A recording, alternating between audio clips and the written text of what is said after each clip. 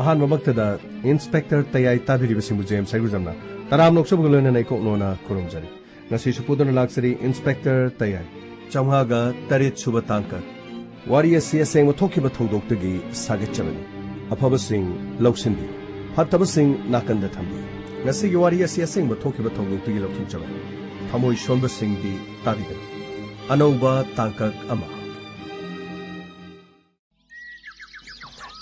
hauganadribane ngangsa nakhoi hauganadribro numisha ayorene maitima karino ne amata hauganadra malene bobo akhoi haugale tuition chatkena tawrini ganesh haugalabani akhoi ni tuition chalani papana office ta muk chalani mamadi nga saina irujadana akhoi gi breakfast ka loina pisaraga tholabani saising thongna na bohona horabadudi ha haidi amatta mapana tholaktre haidana aidi warurabani ne ho pono makti na khoi manung da loiraba jani khangre hauji kan gi na singse khoi gi matam da dine mapanda nomit hek thokpa ga mapanda loina thokta bai hadaba asengba pise laga laiten khorum dana khotana iru jamai thajaba nganna pangthok ne ishor gi puja tawba masini do na khoi gi matam sadi khangdre ne loina ma hauji kanji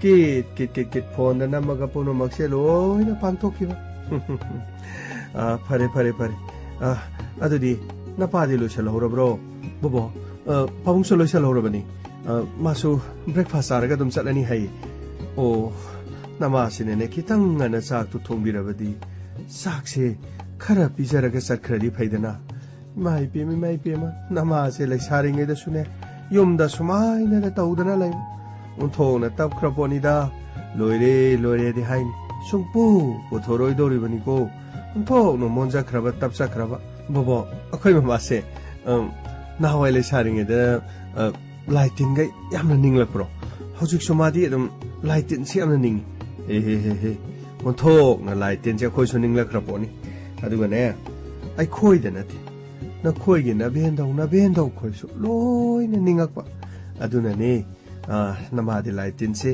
yamna thajaban ngasi phawbadi imung asida amatak tek ta kaidana leiribasi namana lighting ningjaba lighting khurumbadagi ni ne bobo adudi akhoi di lighting se thamoi do ina loina khurumi haibadi like tambagi school da chalasu jai halagasu jai samaina dum khurumaga dum lori aduna yaba nate ni be ma pungning na thamoi na ne loin haksang punumak si yauraga pungning gi manung dagi atma yauna ning thi jena khurum jagada bani ne adu matam aduda ishwar gi mangol phangba haibadu oiga dori bani ne bobo khoi chalu gi mu tuition je mu thiengre hamu halaga mu exam khoi dra bani na mu ganesh nangi na ming dasu ganesh na tholi jini ne namana ne lighten je ningja bani aduga na segi na pragati uredana loin ishwar ga maming manaba ngatan hey ai wa hai na khoi na ne ishwar bu ning drabasu pungning da di ishwar ning da bani ishwar ning da ba ya da bani ishwar ning bana pungning bu phathali matam punumakta afaba wakhan khalali minungsi chawba minungsi leiba dharma leiba matam punumakta mai pakpa haibido madu oiga dori bani ne bobo akhoi de adu thodo khande de hojiki matam de bobo education lare heitre di mado sanadre ishwar ning baning da adudi pungning da bodi khosi shobede dum ningida aduga magi bhakta oidragasu pungning da kharga ningjarga de loini yai keno bobo as akhoi ganesh ki wangang sidi nakhoi gi na dhaudo malaida aina ne lai son thong na ning khraba nakhoi gi na dauna ne itha thajada ba madu malaida ko bobo thengre adugi na te bobo imaga bobo khadi lining basi mung sida yamna kale iche ne aini aduga akhoi babung akhoi humdi lining basi thoina sangri tabak chinbani na babung sunga halerga obai chakrani horen thengna mo halani karam kanda lining gani akhoi su nonga de numi tabo larik hausi matamda lari haitradi mi oiba haibdo matu ti sungoi oidre lining duna adamak lari hailo haibri yaroi do bobo adana hausi matam asidi angakko matam man nahawai gi matam duna tre hariba nahawai di matam amada thangtena lan songnaraga angam aduga madu da leba do loksala kan ning thau pali leba adu kari go mai thiba piba ngam de leba adu gi mapu ꯍꯧꯖꯤꯛꯇꯤ ꯑꯗꯨꯒꯨꯝꯕꯁꯨ ꯆꯠꯅꯕ ꯂꯩꯇ꯭ꯔꯦ ꯍꯧꯖꯤꯛꯇꯤ ꯂꯥꯏꯔꯤꯛꯅ ꯂꯧꯁꯤꯡꯅ ꯕꯣꯕꯣ ꯑꯩꯈꯣꯏ ꯊꯦꯡꯈ꯭ꯔꯦ ꯆꯠꯂꯒꯦ ꯏꯁ ꯑꯣꯟꯊꯣꯛꯄꯅꯤꯗꯀꯣ ꯍꯩꯒꯤ ꯏꯁꯨ ꯒꯅꯦꯁꯅ ꯉꯥꯡꯕ ꯋꯥꯁꯤꯗꯤ ꯆꯠꯂꯣ ꯆꯠꯂꯣ ꯆꯠꯂꯣ ꯕꯣꯕꯣ ꯑꯩꯈꯣꯏ ꯆꯠꯂꯨꯈꯤꯒꯦ ꯍꯣꯏ ꯍꯣꯏ ꯍꯣꯏ ꯍꯣꯏ ꯒꯥꯔꯤ ꯒꯥꯏꯗꯣ ꯈꯔ ꯌꯦꯡꯉꯨꯀꯣ ꯍꯣꯏ ꯕꯣꯕꯣ ꯊꯣꯛꯄꯅꯤꯗꯀꯣ ꯑꯦꯛꯖꯥꯝꯁꯨ ꯀꯨꯏꯗ꯭ꯔꯦ ꯁꯤꯗꯒꯤꯗꯤ ꯃꯦꯇ꯭ꯔꯤꯛ ꯑꯦꯛꯖꯥꯝꯁꯨ ꯂꯣꯏꯕꯒ 11, 12 ꯃꯊꯪ ꯀꯥꯔꯛꯑꯅꯤꯗꯀꯣ ꯑꯩꯕꯨ ꯄꯨꯖꯥ ꯇꯧꯗꯅ ꯑꯗꯨꯃꯛ ꯂꯩꯔꯦꯁꯦ ꯕꯤꯅꯣꯗꯇꯨꯕꯨ ꯂꯣꯏꯗ꯭ꯔꯤꯕ ꯖꯥꯠꯂꯥ ꯑꯃꯗꯨꯅꯅꯦ ꯆꯥꯛꯇꯨ ꯈꯔ ꯉꯟꯅ ꯐꯣꯡ ꯁꯥꯕ ꯆꯥꯛꯇꯨ ꯄꯤꯖꯈ꯭ꯔꯗꯤ ꯐꯗꯧ ꯑꯩꯒꯤ ꯏꯆꯥꯅꯨꯄꯤꯁꯤꯅ ꯃꯔꯣꯜ ꯑꯃ ꯇꯞꯄꯅꯦ ꯇꯧꯔꯤꯁꯦ ꯇꯥꯔꯤꯕ꯭ꯔꯣ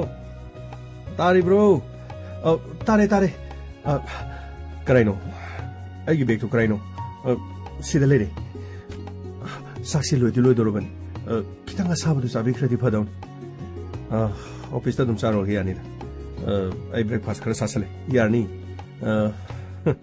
ꯅꯪꯅ ꯄꯤꯖꯅꯤꯡꯉꯤꯗꯣ ꯑꯩꯁꯨ ꯈꯪꯉꯦ ꯑꯗꯣ ꯅꯪꯅ ꯄꯤꯖꯅꯤꯡꯉꯁꯨ ꯅꯪꯅ ꯇꯞꯄꯅꯤꯅ ꯎꯄꯥꯏ ꯂꯩꯇꯦꯅꯦ ꯑꯁ ꯈꯤꯇꯪ ꯍꯥꯏꯔꯕꯁꯤꯕꯨ ꯑꯩꯅ ꯃꯊꯦꯜꯗꯣ 2-3 ꯂꯣꯡꯉꯨꯕꯒꯤꯅꯦꯕ ꯈꯤꯇꯪ ꯄꯣꯡ ꯁꯥꯕꯗꯣ ꯆꯥꯈ꯭ꯔꯗꯤ ꯐꯩꯗꯅ ꯆꯥꯕꯕꯨꯗꯤ ꯌꯥꯏꯗ ꯑꯗꯣ ꯑꯩꯁꯨ ꯕ꯭ꯔꯦꯛꯐꯥꯁꯇꯣ ꯆꯥꯁꯜꯂꯨꯔꯕꯅꯤꯅ ꯍꯧꯖꯤꯛꯃꯨꯛ ꯆꯥꯕꯗꯤ ꯌꯥꯔꯔꯣꯏ ꯏꯃꯥꯒꯅ ꯑꯩꯈꯣꯏꯅꯦ ꯍꯥꯟꯅ ꯆꯥꯎꯔꯣ ꯁꯥꯔꯤꯉꯩꯗ ꯆꯥꯎꯕꯅ ꯈ꯭ꯋꯥꯏꯗꯒꯤ ꯍꯦꯟꯅ ꯐꯩꯀꯣ ꯑꯗꯨꯒꯅꯦ ꯑꯩ ꯋꯥ ꯍꯥꯏꯒꯦ ꯁꯣꯅꯣ ꯑꯉꯥꯡ ꯑꯅꯤꯁꯤ ꯑꯦꯛꯖꯥꯝ ꯀꯨꯏꯗ꯭ꯔꯕꯅꯤ ꯑꯗꯨꯅ ꯍꯧꯖꯤꯛ ꯑꯃꯨꯛ ꯇ꯭ꯌꯨꯁꯟꯅꯦꯅ ꯑꯃꯨꯛ ꯆꯠꯈ꯭ꯔꯦ ꯂꯥꯏꯔꯤꯛ ꯈꯔ ꯀꯟꯅ ꯄꯥꯍꯜꯂꯣ ꯑꯗꯨꯒꯅꯦ ꯑꯩꯅ ꯆꯠꯊꯣꯛꯄꯅꯤ ꯄꯨꯝꯅꯃꯛꯁꯦ ꯑꯩ ꯒ꯭ꯌꯥꯟ ꯑꯝꯇ ꯇꯥꯗꯦꯀꯣ ꯏꯃꯨꯡ ꯑꯁꯤꯗꯅꯦ ꯑꯩ ꯍꯦꯛ ꯆꯠꯊꯣꯛꯈꯤꯕꯗꯒꯤ ꯑꯩꯅ ꯌꯨꯝꯁꯤꯗꯒꯤ ꯈꯣꯡ ꯍꯦꯛ ꯊꯥꯡꯗꯣꯛꯈꯤꯕꯗꯒꯤ ꯅꯈꯣꯏꯗ ꯄꯨꯝꯅꯃꯛ ꯁꯤꯟꯅꯔꯤꯁꯤ ꯉꯁꯤ ꯐꯥꯎꯕꯗꯤ ꯅꯪꯒ ꯑꯩꯒ ꯆꯍꯤ 18-19 ꯂꯩꯃꯤꯟꯅꯔꯛꯄꯗ ꯑꯩꯈꯣꯏꯗ ꯐꯠꯇ ꯀꯔꯤꯝ ꯊꯣꯛꯇ꯭ꯔꯤ ꯀꯅꯥꯒꯨꯝꯕ ꯑꯝꯇ ꯃꯤꯍꯨ ꯆꯪꯗ꯭ꯔꯤ ꯑꯗꯨꯒꯅꯦ ꯑꯩꯒꯤ ꯄꯨꯟꯁꯤꯗ ꯑꯋꯥꯕ ꯊꯧꯗꯣꯛ ꯅꯨꯡꯉꯥꯏꯇꯕ ꯊꯧꯗꯣꯛ ꯑꯩ ꯑꯃꯠꯇ ꯊꯣꯛꯄ ꯄꯥꯝꯗꯦ ꯑꯣ ꯏꯕꯨꯡꯉꯣ ꯑꯗꯨꯒꯤꯗꯤ ꯀꯔꯤꯝꯇ ꯋꯥꯔꯨꯅꯨ ꯉꯁꯤ ꯐꯥꯎꯕ ꯏꯃꯨꯡ ꯑꯁꯤꯗ ꯑꯋꯥꯕ ꯑꯃꯠꯇ ꯇꯥꯗ꯭ꯔꯤꯁꯦ ꯀꯔꯤꯒꯤꯅꯣ ꯏꯃꯥꯅ ꯄꯨꯖꯥ ꯇꯧꯕ ꯀꯟꯕ ꯑꯩꯅ ꯄꯨꯖꯥ ꯇꯧꯕ ꯀꯟꯕ ꯑꯁ ꯌꯥꯔꯦꯁꯦ ꯅꯪꯒꯤꯅꯦ ꯑꯗꯨꯗ ꯍꯦꯛꯇ ꯂꯩ ꯃꯣꯏ ꯄꯥꯕꯨꯡꯗꯤ ꯍꯦꯛꯇꯃꯛ ꯏꯁꯣꯔꯁꯦ ꯊꯥꯖꯗꯦ ꯑꯗꯨꯃꯥꯏꯅ ꯇꯧꯕꯤꯒꯅꯣ ꯏꯁꯣꯔꯁꯦ ꯈꯔ ꯊꯥꯖꯕꯤꯌꯨ ꯀꯩꯗꯧꯕꯒꯦ ꯑꯩ ꯏꯁꯣꯔ ꯊꯥꯖꯗꯦ ꯍꯥꯏꯕ ꯅꯠꯇꯦ ꯏꯁꯣꯔ ꯊꯥꯖꯩ ꯃꯤꯒ ꯂꯥꯏꯒꯗꯤ ꯃꯥꯟꯅꯕ ꯌꯥꯕ ꯅꯠꯇꯦ ꯃꯇꯝ ꯑꯃꯗ ꯏꯁꯣꯔꯅ ꯃꯥꯂꯦꯝ ꯑꯁꯤꯗ ꯂꯩꯔꯤꯉꯩ ꯃꯇꯝꯗ ꯂꯥꯏꯗꯧꯅ ꯍꯥꯏꯕꯗꯤ ꯏꯁꯣꯔꯗꯧꯅ ꯁꯛꯇꯤ ꯂꯩꯕ ꯄꯥꯡꯒꯜ ꯂꯩꯕ ꯐꯕ ꯑꯣꯏꯔꯁꯨ ꯐꯠꯇꯕ ꯑꯣꯏꯔꯁꯨ ꯄꯤꯛꯊꯟꯅ ꯂꯩꯔꯝꯃꯤ ꯃꯈꯣꯏ ꯃꯁꯦꯟ ꯆꯞ ꯃꯥꯟꯅꯕꯅꯤꯅ ꯃꯈꯣꯏꯒꯤ ꯇꯣꯉꯥꯟꯕ ꯋꯥꯔꯤ ꯑꯃꯅꯤ ꯑꯗꯨꯕꯨ ꯃꯈꯣꯏꯅ ꯂꯩꯔꯤꯕ ꯁꯛꯇꯤ ꯄꯋꯥꯔ ꯑꯗꯣ ꯉꯁꯤꯒꯤ ꯃꯥꯂꯦꯝꯗ ꯂꯩꯔꯤꯕ ꯃꯤꯑꯣꯏ ꯑꯩꯈꯣꯏꯒꯗꯤ ꯃꯥꯟꯅꯗ꯭ꯔꯕꯅꯤꯅ ꯃꯈꯣꯏꯒ ꯑꯩꯈꯣꯏꯒ ꯆꯥꯟꯅꯗꯕꯅꯤನ ꯏꯁꯣꯔꯁꯤꯡ ꯑꯗꯨꯒ ꯑꯩꯈꯣꯏꯒ ꯉꯁꯤ ꯂꯥꯞꯅꯔꯤꯕꯅꯤ ꯑꯩꯈꯣꯏꯒꯤ ꯏꯔꯛꯇ ꯃꯈꯣꯏꯅ ꯀꯔꯤꯒꯤ ꯂꯩꯕ ꯉꯝꯗ꯭ꯔꯤꯅꯣ ꯃꯈꯣꯏ ꯑꯩꯈꯣꯏꯒꯤ ꯏꯔꯛꯇ ꯂꯩꯕ ꯌꯥꯗ꯭ꯔꯣ ꯀꯔꯤꯒꯤꯗꯃꯛꯇ ꯂꯩꯇ꯭ꯔꯤꯅꯣ ꯃꯗꯣ ꯃꯈꯣꯏꯒ ꯑꯩꯈꯣꯏꯒ ꯃꯥꯟꯅꯗꯦ ꯍꯥꯏꯕꯒꯤ ꯑꯗꯨꯕꯨ ꯏꯁꯣꯔ ꯍꯥꯏꯕꯗꯤ ꯅꯤꯡꯒꯗꯕꯅꯤ ꯄꯨꯛꯅꯤꯡꯗ ꯅꯤꯡꯖꯒꯗꯕꯅꯤ ꯄꯨꯛꯅꯤꯡꯗ ꯊꯥꯖꯒꯗꯕꯅꯤ ꯂꯥꯏ ꯃꯌꯥꯝꯗꯣ ꯃꯥꯂꯦꯝ ꯑꯁꯤꯗ ꯂꯩꯔꯤꯉꯩ ꯃꯇꯝꯗ ꯃꯈꯣꯏ ꯃꯁꯦꯟ ꯈꯠꯅꯗꯅ ꯊꯧꯗꯣꯛ ꯋꯥꯊꯣꯛ ꯀꯌꯥ ꯊꯣꯛꯈꯤꯗꯅ ꯌꯦꯡꯉꯣ ꯃꯈꯣꯏꯒꯤ ꯃꯈꯨꯠꯇ ꯁꯛꯇꯤ ꯄꯋꯥꯔ ꯀꯌꯥꯃꯨꯛ ꯂꯩ ꯑꯗꯨꯕꯨ ꯃꯈꯣꯏꯒꯤ ꯃꯔꯛꯇꯁꯨ ꯈꯟꯅ ꯆꯩꯅꯕ ꯅꯨꯡꯁꯤꯅꯗꯕ ꯃꯆꯤꯟ ꯃꯅꯥꯎ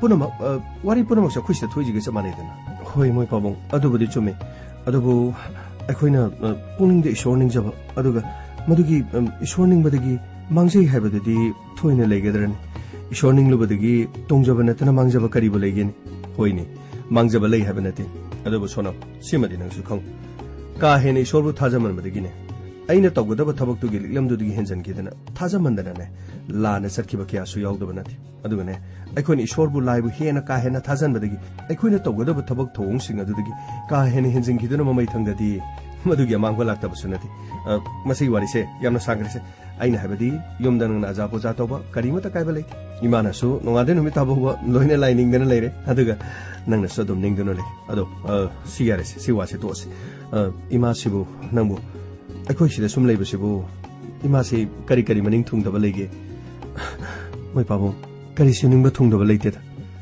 ꯏꯃꯥꯒꯤ ꯆꯪꯖꯐꯝ ꯄꯤꯕꯤꯗꯨꯅ ꯃꯐꯝ ꯑꯁꯤꯗ ꯊꯝꯕꯤꯔꯤꯕꯁꯦ ꯃꯁꯤꯒꯤꯗꯃꯛꯇ ꯃꯈꯣꯏ ꯄꯥꯕꯨꯡꯕꯨ ꯑꯩꯅ ꯊꯥꯒꯠꯆꯔꯤꯕꯅꯤ ꯏꯃꯥꯅꯁꯨ ꯇꯠꯇꯅ ꯍꯥꯏꯔꯤꯕꯅꯤ ꯑꯩꯅ ꯌꯨꯝ ꯑꯁꯤꯗ ꯂꯩꯔꯤꯁꯤꯕꯨ ꯅꯪꯒꯤ ꯅꯄꯨꯔꯣꯏꯕꯅ ꯀꯔꯤ ꯈꯜꯂꯝꯒꯗꯧꯔꯤꯕꯅꯣ ꯑꯩꯕꯨ ꯌꯨꯝꯗ ꯑꯥꯗ ꯑꯗꯨꯝ ꯂꯩꯔꯁꯤꯔꯥ ꯑꯥꯗꯩꯗꯤ ꯌꯨꯝ ꯏꯪꯈꯣꯜ ꯂꯩꯇꯕꯁꯨ ꯅꯠꯇꯦ ꯑꯥꯗ ꯑꯗꯨꯝ ꯂꯩꯕꯁꯨ ꯅꯪꯅ ꯅꯨꯡꯉꯥꯏꯇꯦ ꯍꯥꯏꯗꯅ ꯃꯐꯝ ꯑꯁꯤꯗ ꯄꯨꯔꯛꯂꯦ ꯑꯗꯨꯒ ꯑꯩꯕꯨ ꯌꯨꯝ ꯑꯁꯤꯗ ꯂꯩꯕꯁꯤꯕꯨ ꯕꯤꯅꯣꯗꯅ ꯀꯔꯤ ꯈꯜꯂꯝꯗꯣꯏꯅꯣ ꯏꯃꯥꯅ ꯑꯩꯉꯣꯟꯗ ꯇꯠꯇꯅ ꯍꯪꯉꯤꯕ ꯀꯔꯤꯒꯤ ꯑꯩꯗꯤ ꯏꯃꯥꯗ ꯀꯔꯤ 이마다 하요. 아이네 까리미다 칸발레이티고. 하이. 나코이부 탱크레네. 사이싱 자라브로. 이마 이야라니. 싹티 로이리. 아도 아이 브레이크파스트 살로리. 짝티 자라로 이마.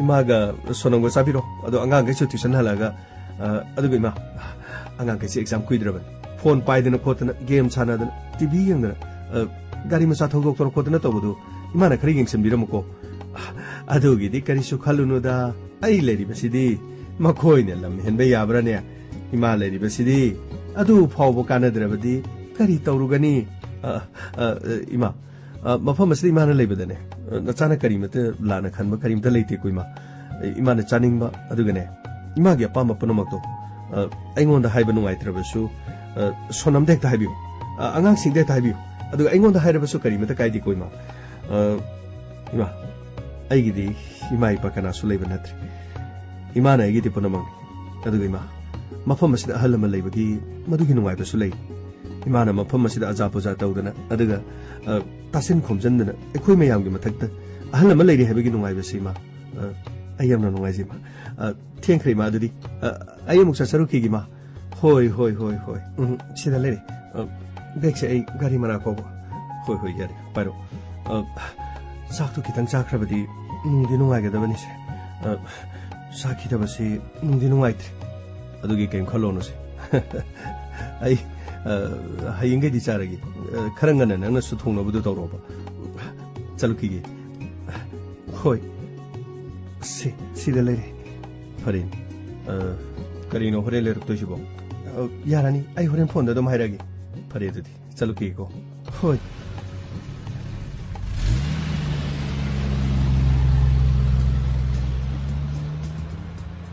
그리노 레바 마사사 라크로 마야 그리노 크라이드 레이크게 그리노 한닥티 라크시 케스 마야 스나 머로라마 하 능신나보다도 게임 사나봐 능신나보다도 게임 사나봐서 해인게 게임 사나봐 야디고 게임 사나라서 그리노 야나 섹션에 사나다봐 아두 나트라디 베라니 그리노 한다키 케싱아세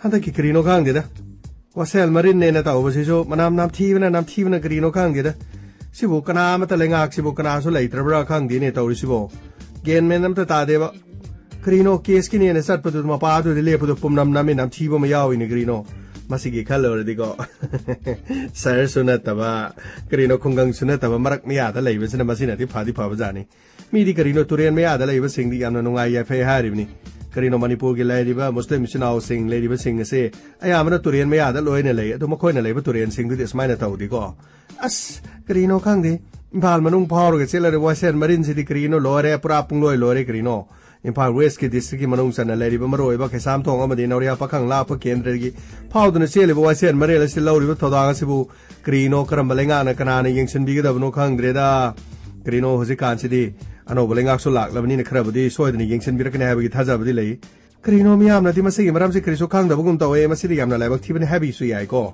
state manung asigi krino konung oriba impal city manung da leriba sagolwan kendra kesam thong kendra pasoi kendra amadi nauria pakhang la pa kendra gi oina krino iram nala punamak ki center pe isingi tungpham asi wasel marin asina oribani adu krino wasel marin gi khunung ji nom gi thengalak puna kaino as yet oirom da lam khopselak pa amadi phata haudi kya thadarak pasina maram oiraga krino hauji as gyan ta ade da Kedorgi gamai, munum sondre lei do kaino.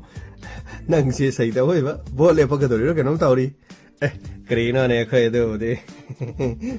Ai so krino ne John gamai ni kaino ne bot ka bi ai kaino ne. Adu bo te song le boi ko. Krino khoi praja sing de paisa pa mani na paisa pi da di ya de. Krino paisa tha da so dum bot ka da ba mayam yawi da. Adu gi wa de praja sing di ko. Paisa yam na pa mani na makoi na paisa hek pa mi ka ai bo te song le boi. Karino so matau ge phaba tau ge habdi yaro ne santos karino na ngang me amdu bo kaidore haino bo wasel mari kaidore haino as onto puni da hosik geng hai da ba phibam mama da lebani da santos isingi sel so purne le khre karino apum masa me am phata hodi sin pek thal ke no karino ngarang kes ki ne na tau do khoine nga haktung as turien me ya du da karino lep tun le bu karino manam do ta as karino ne ai adugi mapana yumda leriba sa injang thong yem thong macha ba nga thong macha ba krino ne da leba mi singdu bacha yot phasa ba yari bro asun thong no wa ba jani da krino khangdi ko chige haro din phal manung da le hauda ba se phai khoi gi turen mapana khoi yo phese leibo ram labadi ga as pra loi ni hai gum da ga mai as nam thi khre da ko krino du bu tawri du bu as adu ni ne hari se krino hajik da no balenga sula abni na no ba mi yeng ma ga sangsalaga krino khra tawbi da di phai da na Wasel marila sigi sel silep ki bidi phal sari manung digi leiri ba krino si tongan balaiba kendra sing digi sentra ku sing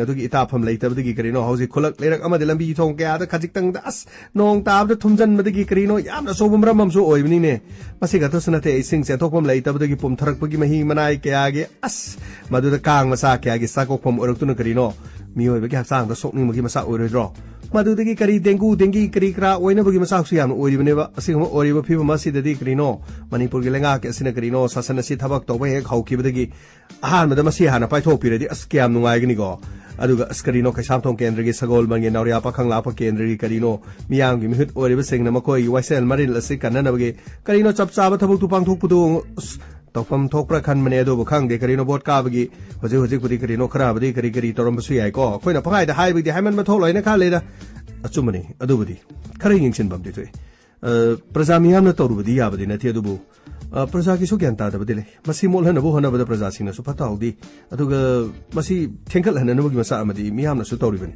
अदो बदि चोमिने अदो अस्मता मतंगी ओइने करिनो मरी लेनब MLA अमदे minister सिंग वाइसेल मरिल से कोइने सतुना अमुतंग मनाक्तुदा फम्मा चौकरी तौरगा करिनो assembly मिफम गाइदो दाइदो देगा फम्मदिको Scurry काना निखांगदेदा पाउचेदे करी हापा अदगी media सिंग दे करिदे पंगांग ngang करके तौबसिंगदी मीनदी करीनो पॉलिटिकल की करी खुदों साबा लौबसो मालमसो याइको अदुबु करीनो तसेंग हारदि वासेल मरिन से करीनो निंथिना सेगोतुना येट ओइरोंगी करीनो रिटर्निंग वाल संदुना तौरिबसिगी वासेल मरिंगी टेंगथोपगी थबक चथबदा करीनो लम खोपचलिबसिंग इविक्शन तौरगा करीनो वासेल मरिंगी लेफम थोकपो पाक साउबा दु निंथिजना करीनो थमगनी हायरा ममांगदगी लाउबा लाखपुदुसो होजिकसो करीसो तौबो ngamde aduga khara so dum tengamaga kharana dum tuminna to ogale makok to tienga mathunda thengkhalaga kari tawdeno adu de loina pathok ko tabna tro masigi male masigi kham thengna sawkhal aba haibase kari no laiba kyan ore adu bo khoi manipur gi di kari no wasen maril siphau ba sem ngamdri kari tawroni as khang de प्रजा सिंह ओइरोरबनी न वाकत तिलाक्तबदि यारो वाकत लाव मतमदसु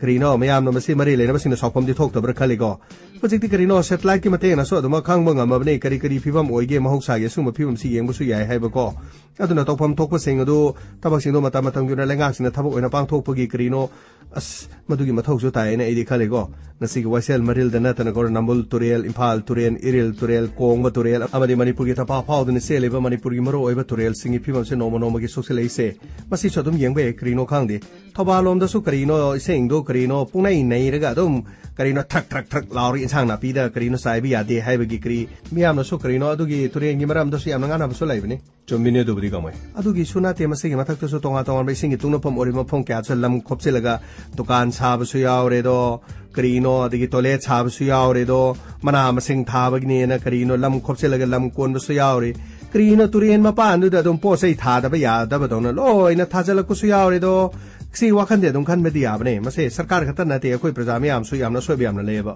मरमसिना करीनो मणिपुर लेंगाना थमोय सेना सिंग पात असि करी तुरेल काननबगी थबक पाइखल से हाइबसे आइदि खोलावैना लाउनिंगी मणिपुर मियामना सो सोबु थदांग लौफम थुए मसिदा सुनते मतम गी वाइसेल मरिन गी फिबम से यंगसिनबगी करीनो सर्वे अमा तौरगा होनाद्रदि अस याररोइदा करीनो अस संतोष असि वाइसेल मरिन द करीनो इम्फाल मयादनि लम लैरगा दै बिल्डिंग सारगा करीनो लैदो मदुगी मनमदुदि अस नंगन मरोल मगंगै नंगना सिंग हाइदने मीनने नंग याम नुसिररो ए करीनो आइने नोंद सुम हाइबो वानि सिबु कना ताबनो मी अनि सुन ताबसु नते थमोइदा लैबदुदि सुम हाइदोखदबनि थमोइदा लैबो वादो हाइददि सुम मनुंग दब लैरगा पत्र पुमद्र पुक्तु याम हागा जैने करीनो असेंग वा खरा हाइबदि कनाना क्री साउदरिनो ने नंगजि याय फरिन अदुना हनगे चरावबगिने ना येन वानु खर पिरमदो पिसाका ध्रुवना पिरमदरो होइनि कोलर सोबम यावदाने करीनो असिदे अब कोलर सनिंग प्र के सोमता लागते कोलर मदि चाबे येदना अखोइस निफोम लेरगा कोलर अमन करी ताउदोरिनो दनांगसो अतैगी वानति मयामगी दे दुम बॉयलर दु थोंगसु यायदना अखोना तोंगाना कोलर दुमा सासेन हाइबई वान ए करीनो ना हाइजिबो ngase येन गी ताब्रो करीनो पिसांग येन थोंगनेना हायोबनी अस फरेने अदुदि येन दो अदुदि मखोयनि येन बॉयलर दु सारस नखोयना कोलर दु सारगा लोरेने को फरे अदुदि लाखरो ai ताकेलाओ गेम साउदे हाबदि गेम सेलाओ होय ससलाओ अदो होरेन आई नोंगोदा दम पाव हायरागी ते नानी सेदि यान फजै अमुता थागरगे तौबनी थागरपगी मतम से सुंगलै लैथ्र बस यारे angang mamang do nang na isay mo sal sen pisu yauri aduga drubu gai to baso gang mai na marola ma kai do yagi pakang nei sabi na isay sakta na kanana sakta no hanu baga no bigana sakadra ba yare de tapa nang na marola ma singmani yana fazai ani suba antarado adusu yamna ngawi aidi mangdaga dum isay do Bani Jingda, Adam Sakmina than a later. Torabra. Nangam Navi Torabro. Carino. They ate the dog than a canada to Vino. Yare yare. Nangamomo, the man have than a pulling Siam not told. No one would give me top hope. Kiss Amamu. Ishase. No can I have a cow. I have to know what is another. Assume Nuxi what is Sabbath issue.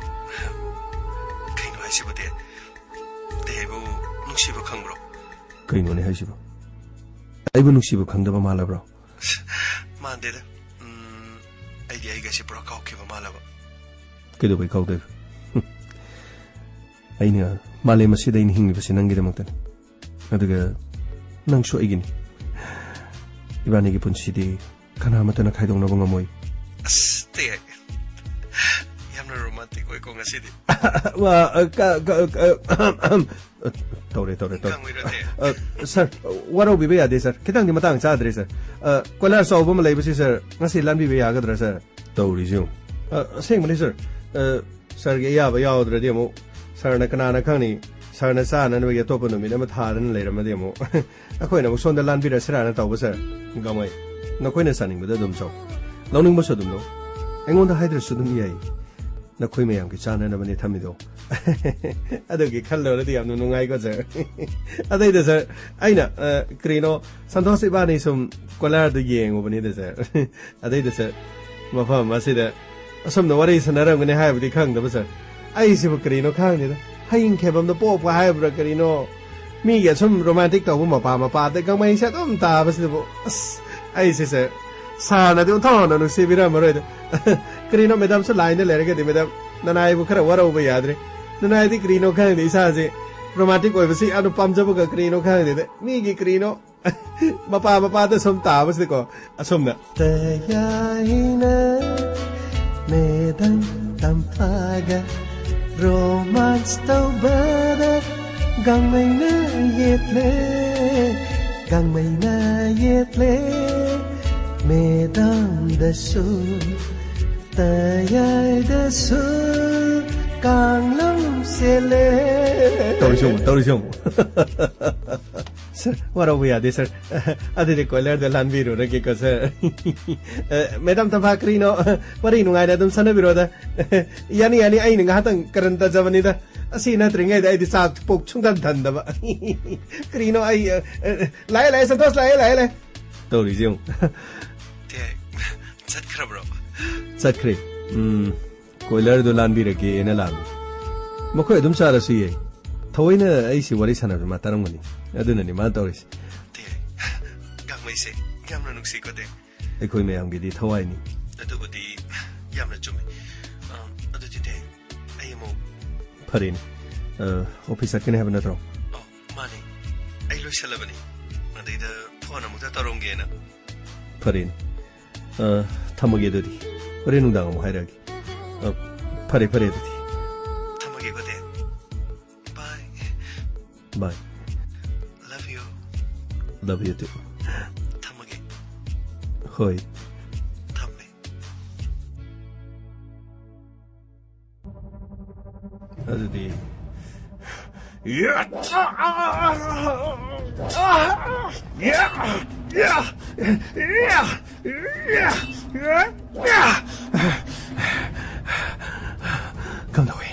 Come da qui. Scina su Pendri.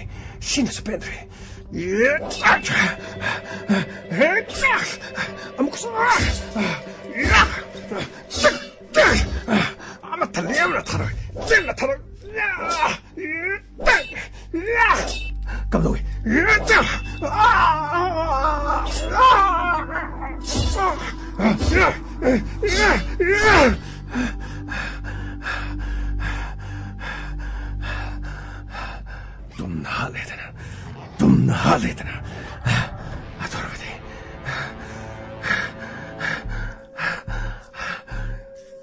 차다 다이와 이쁘나 막.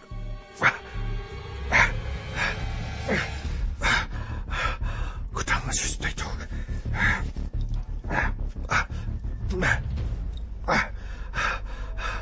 샷크라게. 그나마도 우드린 것이다. 샷크라게.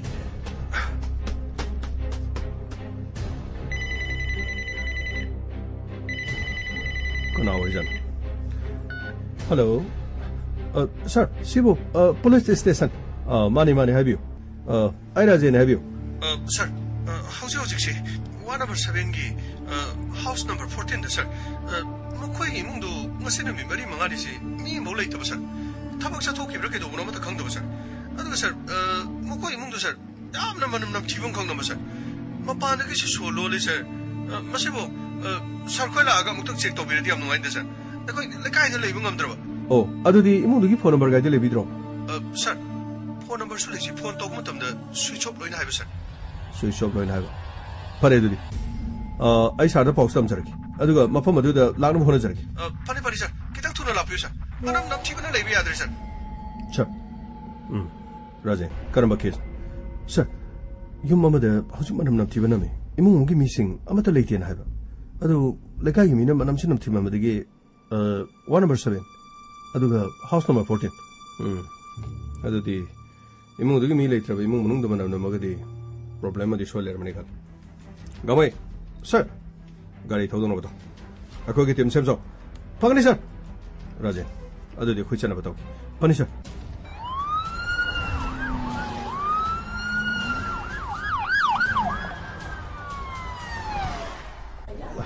Karino, hoje vou police lock. As manam sin nam chibra khangam de. Nambo pau pi khre dani. As pau pi khra manini. La again have. Nabi de soi lam do mal. As karino mo yisibo. Amata mo imung manung jinga singarang jam to udien doroga. Manam sam nam thiri sibo. Natraga mo gi hui ma lebi de imung da sirga le jalami. Khangdi. Tabuk sa to ke hui do manung to gun jala tham ma jam. As to nam thigre de ko. Lai. Maya kita tu polis lai. Maya kita tu sih. Kumdor lagi. Maya kita tu. Maya kita tu sih. Aku tahu nak kau hang yang geko. Maya kerana soda kita tu sih maya. Maya soda kita tu pirang sih. Walau biar deh. Ingat tu call taruh bodoh. Sir, ini sir. Mau kau ini siapa boleh try. Sir, amat boleh sih. Pada itu. Santos. Sir, tunggu sih tu gay. Pada sir.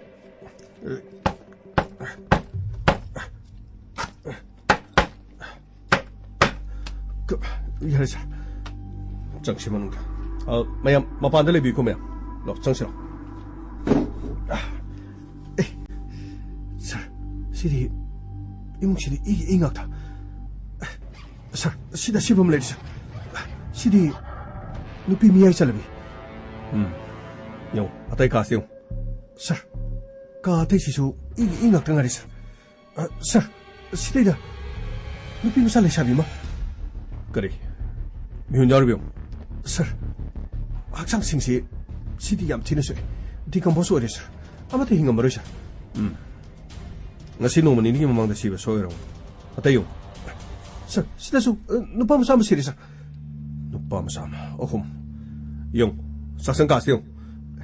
Sir, si saksang da di krino. Ahal hanu bi masiri sir. What? Ahan. Ada di mari. Mata kakalagyo. Atay karigay Pagni sir. Krino sidi imong sida ko no mi maribo. Thana maka kakpo mali ni tawli si Krino ni si game sana bagi oijala sina mo. Krino sidi sagi sina udom sangkamiro. Sir. Makoi si imong sida mi kya lagi. Sir. Makoi imong sida masano pa mano pima. Aduga apok pumapabino mama sonam. Angang masano pi sina pragati. Mopana Ganesh. Aduga Hansidi. Hansina Binod ke manebo. Habidi sonong gina mama. Oh. Adudi mungsto walisi Binod. Mani sir. Binod leti. Adur gadi tabok se Binod na pangtoko. Natragana Binod sumapama mada. Anyway. इमुंग सिगी phone number सिंग दो कोई दम तलो ने पीबियो फनिशा संतोष number लोग चलो फनिशा कैनोम तंग जगी हाइबियो सर मखोई इमुंग सिगी बिनोद हाई से क्रमाई तो बमीनो सर मादी सरकार की थबक तो बनी अदुगा सोनम दी हाउसवाइफ मचानो पी प्रगति अदुगा गणेश मखोई हंतक की examination SSLC examination high school leaving की क्लास 10 की थागदम ओ माय गॉड अदुदी अंगांग लेसाबी सिगे पखंग सिगे सुहात इमुंग सिगे सोनम सुहात अदुगा सोनम की ममा सखीसो अदुगा मनेबोन मफम से लेरिसिना सर मनेबोक से हानादि से लेरम बनाथि मनेबोक तो आदैदा मागी मपुरेबदो लेबदो मपुरेबे लेकिदर मतुंगदा युमदुदा कनाम तलेति अदुगा सर मसा पीबासु यावदबना मरम ओरगा मसा नपीगी मनाक्से लेकिबे मचा नपीगी मनाक्से लेकिबा एनीवे हाउजी बिनोना माक थौदोक थोफम से लेतबसिना थौदोक से माना थोलिब्रा नत्रगा माक पो अतोप मफम अमदा पुरगा एनीवे अमोरे अतोप मफम द करी थौदोक थोय हाबदि दखोइना सोयदना थिजन अदुगा सोमना खंबिरगदि बिनोद हारिबा म्यूसी मरम द कइगुम खरा हाबियो हाबदि केरो लेकाय का खना सेनबा लौ इंखोल गी नत्रगा मखोय द थौदो वा थौथोकपसिन लेकाय मद लेबा मिनीना करी करी ताबिबले सर अदुगुमदि खोय करी मद ताबले जति इमुंगसि the खोयनि येंगमद ngasi khanai chani ga mo imung jamma thadi yam nuksina na nokhe na dum lebe adugo machanupi leri mo si lai su phaba lai ta thawayam yaw ahla ma leri sisano wa demi ta boba aduma lai ning baga adigi lai puja to boga dum to dun lebe aduga ite ma sonam su thudokpa koini yengmude di mit na ba thobam da to leiti mi ga khana chaina ba so leiti unthong no masa mo na la dana lai tin oina thajadana adum leijabani थोदोपा मोई मुंग the सिगुम थोदो म थोकने आइदि sir anyway Santosh sir एउ मनोंगी सनालुपा अदुगा लंथुम उपु पकाइबो खोपा पोचै मांगमुगी ममी सर अदुगुम करिगुम मदा ताति इमुंग मनोंग द लेरिबो उपु सिंग अदुगा तोंगा तोंगा ब लेरिबो पोलम सिंग द करिगुम मची मदा लिंग अदुगा सर थौदोक सिदि ngasi निनि हुमनि मरिनि ममांग थोकमा अदुबदि पोस्टमार्टम द खंगनि सिबगी तांग सिबगी पुंग पोनमो पोस्टमार्टम द खंगनि द करी नुमित थौदोकसे थोकनो हायदन सिनो केनोम तंगजि हाइबियो सर लेकायना मनम नम थिरकसिना ngasi अदु ngasi नुमित क्यानि सुरगे मको इमुंग मनुंगसि उदबा सर मखोय गे हेक निमथंगनबदि कना सुलेबे नते सर अदुबु हानादि मखोय इमुंग मनुंगसि सुमायना मुथ तौदे सर अदुबु सर ngasi नुमित मरिनि गुम्बा हुमनि मरिनि गुम्बा सुमाय सुबो मालिस अदुबुदि मखोय मसादि कंपोस्टोरिसे सीब कोइरो मतुंगदा मसाजे फिबम थिना सोले फिबम थिना सोलक पाइदि सीबसे नोमनिनि ममांगा सीब सोयदन ओइदे संतोष सर एम्बुलेंस की गाड़ी सर सोनी गौरन सर असीब मसाजे पोस्टमार्टम के दमतो हॉस्पिटल पुनर तक्सी अदुगा मा की मोबाइल नंबर से सर्विलेंस थमसी होजे होजे की मा की मोबाइल से स्विच ऑफ ले हैव नत्रो सर नंबर सिंचल ओइना स्विच ऑफ ले सर अदुगा सर अयामा इमुंग सिगी मोबाइल अहुम दि फंगे सर अदुगा बिनोद की फंगे सर बिनोद की फंगे बिनोद की मोबाइल स्विच ऑफ ले मानी सर एनीवे महाक युमदा लेतबसिना तौदोक से माना पांथोक लमगा माना सेन की लोड की बम नत्रगना महाक को सो फम तारम अदबो महाक की नंबर सबले चतम अदो इमुंग मनुंगी सीडिया रिकॉर्ड पुनम चिनोक्स फनी सर अको सनब दोक्स अदुगा मखोई मरी मता सिंग अदुगा इमुंग मनुंग सिंग लेरबसु मयामना पुलिस स्टेशन दा लाक्तोना अखोदा कोपा मरुंग खंगबा यागने हेना ताबि अदुगा लेखेद्रबा हक्सांग सिंग सिदि पोस्टमार्टम लोर मतुंगदा लौबा यागने अखोई सनब दोक्स सर करीनो हता मरक्सिबो हता मरकी केस सिदि अकी इबंगा था थाना मका मका का खरा करीनो मेनमान तादरेसि सर ना हवाई करीनो आइना मी असि हक्सांग खोंगरबदा खुबी द सिंजु सोरमबा खुदांग द सिंजु सोरमबदा दुगियो अस आइना पखर केबदो सर निंगसिंग ले सर करीनो नुपी दुदा याले बथांग दो सर अस मसिंग दि यामने याम तो माले सर मसिंग दु सामुक सोरमबदा माले सर गामै सामदि सोरमो मोर देन कुन हेनबा कुंथ्रा हेनबदि सोयदन वरमो अदबु पोस्टमार्टम द लोइन खंगनि दना ख्वादिंग अलिबदि मुंगसिगी मपुरोइबा बिनोद लेरमदिबसि माखसो ऑफम द तारबरा नत्रगा महाना थौदो असि थोलमगा एनीवे संतोष सर अतै पुलिस स्टेशन सिंग द लोइन पाउ पिरगा तंगाई फेदरबदि मणिपुरी मपान द चटप गाड़ी सिंग ꯑꯗꯨꯒ ꯃꯐꯝ ꯑꯁꯤꯗꯒꯤ ꯑꯇꯣꯞꯄ ꯁ꯭ꯇꯦꯠꯇ ꯆꯠꯀꯗꯕ ꯒꯥꯔꯤꯁꯤꯡꯗꯣ ꯕꯤꯅꯣꯗ ꯍꯥꯏꯔꯤꯕ ꯃꯤꯑꯣꯏ ꯑꯁꯤꯒꯤ ꯃꯁꯛ ꯑꯁꯤꯒꯤ ꯒꯥꯔꯤꯗ ꯇꯣꯡꯕ꯭ꯔꯥ ꯍꯥꯏꯗꯨꯅ ꯃꯍꯥꯛꯀꯤ ꯐꯣꯇꯣꯁꯤꯡꯁꯦ ꯑꯩꯈꯣꯏꯒꯤ ꯁ꯭ꯇꯦꯁꯟꯁꯤꯡꯗ ꯑꯃꯗꯤ ꯑꯩꯈꯣꯏꯒꯤ ꯏꯟꯐꯣꯔꯃꯔꯁꯤꯡꯗ ꯐꯣꯇꯣ ꯑꯁꯤ ꯄꯤꯈꯣ ꯒꯥꯃꯩ ꯁꯔ ꯒꯥꯔꯤ ꯊꯧꯔꯣ ꯐꯅꯤ ꯁꯔ ꯑꯁ ꯍꯟꯗꯛꯀꯤ ꯃꯑꯣꯡ ꯑꯃꯅꯤꯀꯣ ꯁꯔ ꯀꯤꯕꯨ ꯀꯤꯁꯜꯂꯦꯗ ꯃꯤꯕꯨ ꯌꯦꯟꯗꯦꯝ ꯊꯔꯥꯛ ꯁꯣꯏꯕꯗꯧꯅ ꯃꯀꯥꯛ ꯇꯧꯕꯁꯤꯕꯨ ꯑꯁ ꯀꯔꯤꯅꯣ ꯑꯉꯥꯡ ꯄꯥꯈꯪ ꯃꯆꯥꯗꯨꯒ ꯂꯩꯁꯥꯕꯤꯗꯨꯅ ꯀꯔꯤ ꯂꯥꯟꯗꯣꯔꯤꯅꯣꯅꯦ ꯇꯧꯔꯤꯁꯤꯕꯨ ꯑꯁ ꯍꯅꯨꯕꯤ ꯑꯍꯜ ꯑꯃ ꯂꯩꯕꯗꯨꯅ ꯆꯥꯛꯈꯪꯗꯨꯗ ꯑꯃꯨꯛ ꯃꯀꯥꯛ ꯑꯃꯨꯛ ꯀꯩ ꯑꯁ ꯃꯦꯟꯃꯥꯟ ꯇꯥꯗꯦꯗ ꯀꯔꯤꯅꯣ ꯍꯟꯗꯛ ꯃꯔꯛꯀꯤ ꯃꯤꯁꯤꯡꯁꯤꯗꯤ ꯑꯅꯧꯕ ꯃꯤ ꯌꯥꯝ ꯊꯣꯛꯂꯛꯑꯦꯗꯀꯣ ꯇꯧꯔꯤꯁꯤ ꯁꯔ ꯌꯥꯔꯦ ꯒꯥꯃꯩ ꯈꯔ ꯊꯨꯅ ꯇꯧꯔꯣ ꯄꯣꯁꯃꯣꯔꯇꯦꯝꯒꯤ ꯃꯇꯨꯡ ꯏꯟꯅ ꯑꯃꯗꯤ ꯃꯈꯣꯏꯒꯤ CDR ꯔꯦꯀꯣꯔꯠ ꯑꯗꯨꯒ ꯕꯤꯅꯣꯗꯅ ꯍꯧꯖꯤꯛ ꯀꯗꯥꯏꯗ ꯂꯩꯔꯤꯕꯅꯣ ꯃꯥꯅ ꯆꯦꯟꯈꯤꯕ ꯑꯣꯏꯔꯒꯁꯨ ꯑꯩꯈꯣꯏꯅ ꯐꯥꯅꯅꯕ ꯍꯣꯠꯅꯒꯗꯕ ꯑꯗꯨꯒ ꯁꯤꯕ ꯑꯣꯏꯔꯒꯅ ꯃꯍꯥꯛꯀꯤ ꯑꯁꯤꯕ ꯍꯛꯆꯥꯡ ꯀꯗꯥꯏꯗ ꯂꯩ ꯍꯥꯏꯕꯗꯨ ꯑꯩꯈꯣꯏ ꯇꯥꯒꯗꯕꯅꯤ ꯑꯃꯗꯤ ꯃꯐꯝ ꯑꯇꯩꯗ ꯑꯁꯤꯕ ꯍꯛꯆꯥꯡ ꯂꯩꯔꯦ ꯍꯥꯏꯕ ꯄꯨꯂꯤꯁ ꯁ꯭ꯇꯦꯁꯟꯁꯤꯡꯗ ꯄꯥꯎ ꯐꯪꯂꯕꯗꯤ ꯁꯣꯁꯤꯌꯦꯜ ꯃꯤꯗꯤꯌꯥꯗ ꯇꯥꯔꯕꯗꯤ ꯃꯐꯝ ꯑꯗꯨ ꯊꯨꯅ ꯆꯠꯀꯗꯕ ꯒꯥꯔꯤ ꯊꯧꯔꯣ ꯌꯦꯁ ꯁꯔ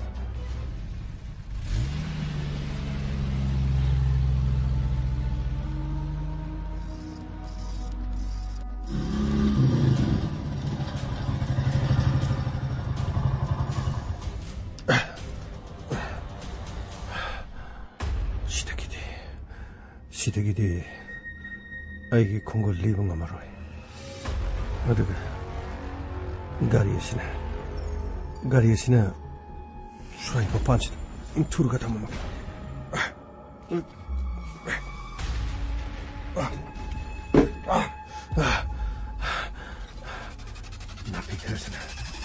나비카르스나 곱실러가 수아이시 담아먹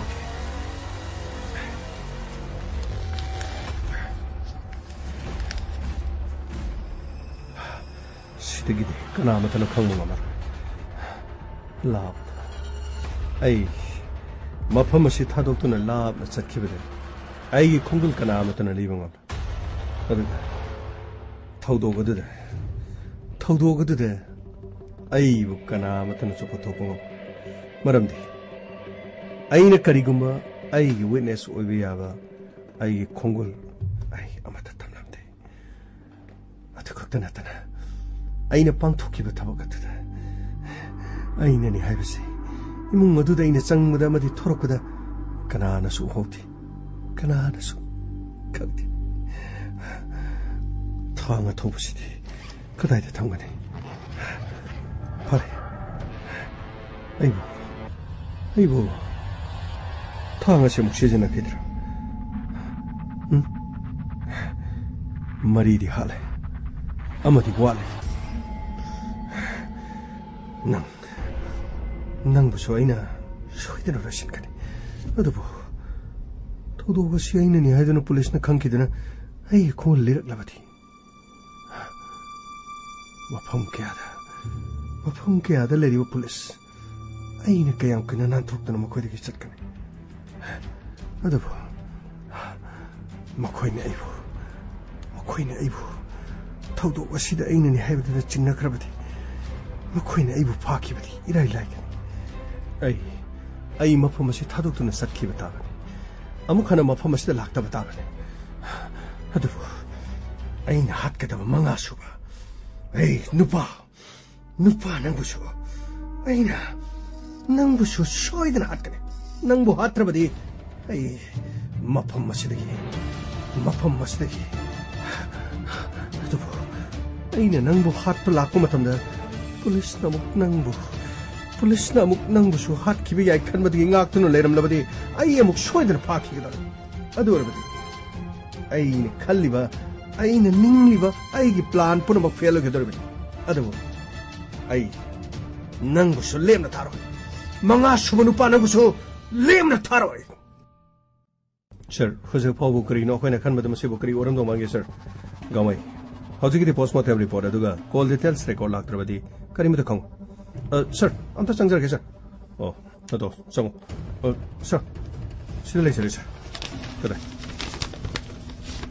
ꯁꯔ ꯄꯣꯁꯃꯣꯔꯇꯦꯝ ꯔꯤꯄꯣꯔꯠꯁꯤꯗꯤ ꯁꯔ ꯊꯥꯡꯅ ꯌꯥꯝꯅ ꯊꯤꯅ ꯃꯈꯣꯏꯁꯤ ꯍꯛꯆꯥꯡꯒꯤ ꯐꯤꯕꯝꯁꯤꯡꯗ ꯃꯃꯥꯗꯗꯤ 35 ꯑꯗꯨꯒ ꯃꯆꯥꯅꯨꯄꯤꯗ 22 ꯃꯆꯥꯅꯨꯄꯥꯁꯤꯗꯅ ꯁꯔ 21 ꯑꯗꯨꯒ ꯑꯍꯜ ꯑꯣꯏꯔꯕꯤ ꯃꯅꯦꯝꯕꯣꯛ ꯑꯁꯤꯗꯅ ꯁꯔ 19 ꯃꯥꯏ ꯒꯣꯗ ꯑꯁꯨꯛ ꯌꯥꯝꯅ ꯃꯥꯡꯅ ꯊꯥꯡꯅ ꯌꯥꯜꯂꯤꯁꯤꯕꯨ ꯑꯃꯨꯔꯛ ꯑꯅꯤꯔꯛꯇ ꯃꯥꯒꯤ ꯊꯥꯡꯁꯤꯅꯗꯤ ꯁꯣꯏꯗꯅ ꯁꯤꯒꯅꯤ ꯑꯗꯨꯕꯨ ꯃꯤ ꯑꯃꯃꯝꯗ ꯑꯁꯨꯛ ꯌꯥꯝꯅ ꯃꯥꯅ ꯊꯥꯡꯅ ꯌꯥꯜꯂꯤꯕꯁꯤꯅꯗꯤ ꯌꯥꯝꯅ ꯄꯦꯟꯗꯕ ꯂꯃꯟ ꯈꯨꯝꯕ ꯔꯤꯚꯦꯟꯁ ꯀꯔꯤꯒꯨꯝꯕ ꯊꯧꯗꯣꯛ ꯑꯃꯗꯒꯤ ꯅꯨꯡꯉꯥꯏꯇꯗꯅ ꯂꯃꯟ ꯈꯨꯝꯅꯤꯡꯗꯨꯅ ꯂꯩꯕꯗꯒꯤ ꯂꯃꯟ ꯈꯨꯝꯕ anyway ꯑꯃ ꯑꯣꯏꯔꯦ ꯅꯪꯒꯤ ꯀꯣꯜ ꯗꯤꯇꯦꯜꯁ ꯔꯦꯀꯣꯔꯗꯁꯤꯗꯤ ꯁꯔ ꯁꯤꯗ ꯂꯣꯏ ꯂꯩꯖꯔꯦ ꯀꯣꯜ ꯗꯤꯇꯦꯜꯁ ꯔꯦꯀꯣꯔꯗꯁꯤ ꯁꯔ ꯅꯝꯕꯔ ꯑꯇꯣꯞꯄ ꯑꯃꯠꯇ ꯃꯈꯣꯏꯒ ꯄꯥꯎ ꯐꯥꯎꯅꯕ ꯌꯥꯎꯗꯦ ꯁꯔ ꯑꯗꯨꯒ ꯁꯔ ꯁꯣꯅꯝ ꯍꯥꯏꯔꯤꯕ ꯍꯥꯎꯁ ꯋꯥꯏꯐ ꯑꯁꯤꯗ ꯅꯝꯕꯔ ꯑꯃꯈꯛꯇꯤ ꯌꯥꯎꯏ ꯃꯍꯥꯛꯀꯤ ꯁꯤꯗ ꯌꯥꯎꯔꯤꯕ ꯅꯝꯕꯔꯁꯤ ꯕꯥꯕꯥ ꯍꯥꯏꯅ ꯊꯥꯏ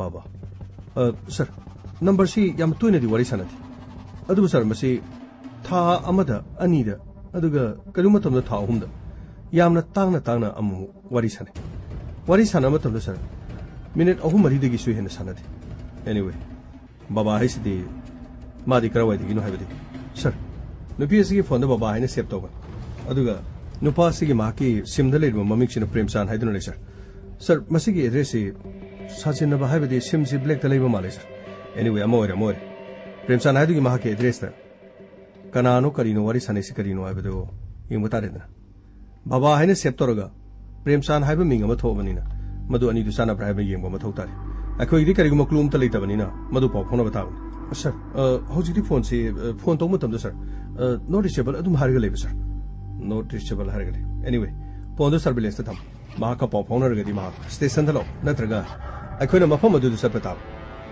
ꯏꯃꯨꯡ ꯑꯁꯤꯒ ꯃꯥꯒ ꯀꯔꯤ ꯃꯔꯤ ꯂꯩꯅꯩ ꯍꯥꯏꯕꯗꯨ ꯈꯪꯕ ꯇꯥꯔꯦꯗꯅ ꯐꯔꯦ ꯁꯔ ꯍꯧꯖꯤꯛ ꯈ꯭ꯋꯥꯏꯗꯒꯤ ꯂꯨꯕꯁꯤ ꯏꯃꯨꯡꯁꯤꯒꯤ ꯑꯀꯨꯞꯄ ꯃꯔꯣꯟ ꯍꯪꯒꯗꯕꯁꯨ ꯕꯤꯅꯣꯗ ꯍꯥꯏꯔꯤꯕꯁꯤ ꯊꯤꯕ ꯈꯪꯗ꯭ꯔꯤ ꯑꯗꯨꯒ ꯂꯩꯀꯥꯏꯒꯤ ꯃꯤꯅ ꯄꯤꯔꯤꯕ ꯄꯥꯎ ꯈꯔ ꯑꯗꯨꯒ ꯉꯥꯏꯈꯣ ꯕꯤꯅꯣꯗꯀꯤ ꯃꯥꯒꯤ ꯅꯝꯕꯔꯗꯨꯗꯤ ꯁꯔ ꯃꯥꯒꯤ ꯅꯝꯕꯔꯗꯨꯗꯤ ꯁꯔ ꯍꯧꯖꯤꯛꯁꯨ ꯁ꯭ꯋꯤꯆ ꯑꯣꯐ ꯑꯗꯨꯝ ꯂꯩ ꯑꯗꯨꯒ ꯁꯔ ꯃꯥꯒꯤ ꯅꯝꯕꯔꯒꯤ ꯁꯤꯗꯤआर ꯔꯦꯀꯣꯔꯗꯁꯨ ꯆꯤꯡꯊꯣꯛꯆꯔꯦ ꯃꯥꯒꯤ ꯅꯝꯕꯔꯁꯤꯗ ꯑꯇꯣꯞꯄ ꯃꯤꯒ ꯊꯣꯏꯅ ꯋꯥꯔꯤ ꯁꯥꯟꯅꯕ ꯂꯩꯇꯦ ꯏꯃꯨꯡ ꯃꯅꯨꯡꯒ ꯃꯆꯥꯒ ꯑꯗꯨꯒ ꯃꯥꯒꯤ ꯅꯨꯄꯤꯒ ꯑꯣꯐꯤꯁꯀꯤ ꯃꯔꯨꯑꯣꯏꯕ ꯃꯤ ꯈꯔꯒ ꯅꯠꯇꯅ ꯑꯇꯣꯞꯄꯗꯤ ꯌꯥꯝ ꯀꯟꯅ ꯋꯥꯔꯤ ꯁꯥꯟꯅꯕ ꯍꯥꯏꯕꯗꯤ ꯁꯔ ꯅꯨꯄꯤꯒꯨꯝꯕ ꯑꯇꯣꯞꯄ ꯇꯣꯉꯥꯟꯕ ꯑꯦꯐꯤꯌꯔꯁ ꯂꯩꯅꯕꯒꯤ ꯃꯑꯣꯡꯗꯤ ꯃꯥꯟꯗꯦ anyway ꯌꯥꯝꯅ ꯀꯨꯞꯅ ꯌꯦꯡꯁꯜꯂꯒ ꯅꯝꯕꯔꯁꯤꯡꯗ ꯆꯤꯡꯅꯕ ꯂꯩꯔꯕꯗꯤ ꯃꯗꯨꯒꯤ ꯁꯤꯗꯤआर ꯔꯦꯀꯣꯔꯗ ꯃꯄꯨꯡ ꯐꯥꯅ ꯆꯤꯡꯊꯣꯛꯀꯗꯕꯅꯤ ꯍꯧꯖꯤꯛ ꯊꯣꯛꯂꯤꯕ ꯊꯧꯗꯣꯛꯁꯤ ꯑꯩꯈꯣꯏ ꯀꯔꯤꯒꯨꯝꯕ ꯑꯃꯠꯇ ꯐꯪꯗ꯭ꯔꯤ ꯏꯃꯨꯡ ꯑꯃꯗ ꯂꯩꯕ ꯃꯤ 3 ꯃꯇꯨꯞ ꯀꯛꯇꯨꯅ ꯍꯥꯠꯄ ꯑꯗꯨꯒ ꯕꯤꯅꯣꯗꯄꯨꯅ ꯊꯤꯕ ꯈꯪꯗꯕ ꯊꯧꯗꯣꯛ ꯑꯁꯤ ꯃꯥꯅ ꯄꯥꯡꯊꯣꯛꯂꯤꯕ꯭ꯔꯥ ꯅꯠꯇ꯭ꯔꯒ ꯀꯅꯥꯅ ꯄꯥꯡꯊꯣꯛꯂꯤꯕꯅꯣ ꯁꯣꯅꯝꯅ ꯀꯔꯤꯒꯤꯗꯃꯛꯇ ꯀꯅꯥꯒ ꯋꯥꯔꯤ ꯁꯥꯟꯅꯔꯤꯕ ꯀꯨꯞꯅ ꯌꯦꯡꯁꯤ ꯐꯔꯦ sir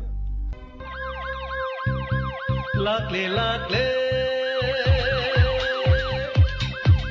Inspector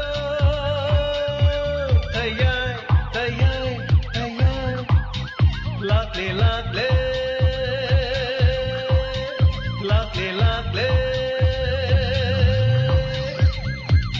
Inspector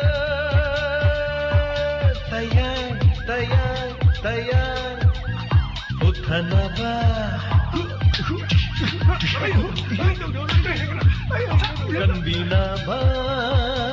Thank you, sir. Welcome. Uthanaba. Kanbinaba. Inspector. Tayai.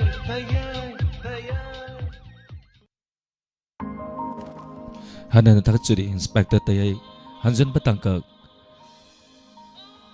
Sangwa Gasupna Tare Subatangkak Tabiri Bapunamapu Takchuri Tonga platform Nipanda Lantok Suriba Toromamani Channel Namani Mayana Pibirapa feedback amadi comment tentak na pazjage Lukhoi Song Tham Takchuri Ozazen Takumar Takchuri Mama Ibem Hal Takchuri Thamban Tombi Lotong Bam Takchuri Torom Saruya Birapa Barje Sori Takal Sangbam Takchuri Lakesor Irengbam Takachuri and by now Sabitri Toksom Takachuri Set Tuber Takachuri Somawala Ningombam Takachuri Ranjita Ngangom Takachuri Tarom Saruya Birapa Susimti Oinam Takachuri Sir Ngasigi Tangkak Sisuyam Nanungay Sarbu Hanana Takachuri Takpirakpa Takachuri Ranjita Ngangom Takachuri Thank you Tarom Saruya Birapa Tarom Masigi Matung Tarakpa Ten Break Amagi Matungda Isay Saknasi 70570780 at call to Birakuna Torom Saruya Biu Adom na Koida ba isay sa piduna Biko Amato Su Hosi Manipuda Toliba Awana Tarabasing Loinana Biko Amato Su Momonok na ba Honaminasi Hosi Kiyo na din Miko Kradang Mayam Nagi Laptok Sari Punamapu Kurum Sari